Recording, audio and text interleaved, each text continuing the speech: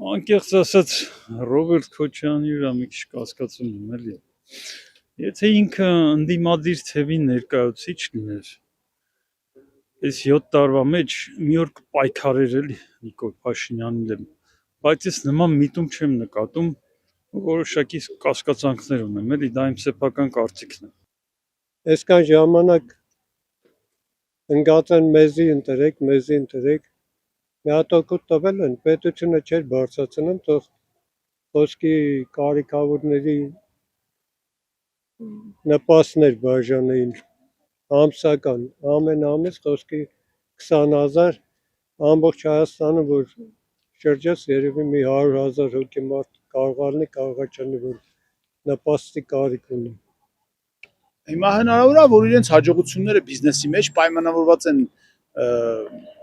նախ իրենց լավ մենեջերներով կարող, իրանք բավականին երկար փորձ ունեն, ասեմ ձեզ։ Այն ժամանակվանից իրանք այն ժամանակվանից բիզնեսի մեջ էին եւ բավականին դες առաջ գնացին այդ բիզնեսի մեջ, հիմա ոնց արեցին դա, ինչ փողերով արեցին,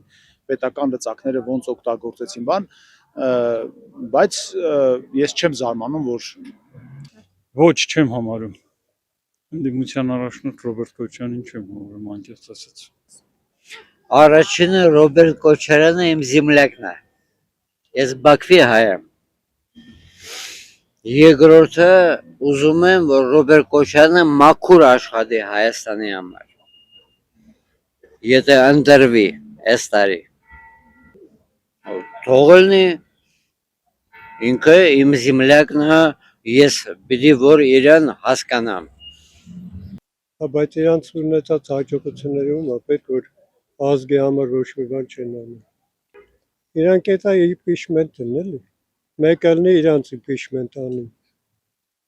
Դա ես լուրջ եմ ասում։ Խոսքի մարդը միլիարդատեր է, հետո ինչ։ Շատ մարդիկ կան, որ դրսում են, հայ են, ներդրումներ են չի անում։ Բերում են ինչ-որ մի բան։ Եկուս կան էլի, որ բաժանում են խոսքի մանկապարտեզներին, ինչ-որ մի հատ դպրոց են շինում, մի մանկապարտեզ են վերանորոգում, կան չէ՞ այդպես բարերարներ դրսից, բայց իրանք ստեն ներսը նստած գրպում, չրպում, թալանում, տանում։ Չեմ սիրում այդ մարդը։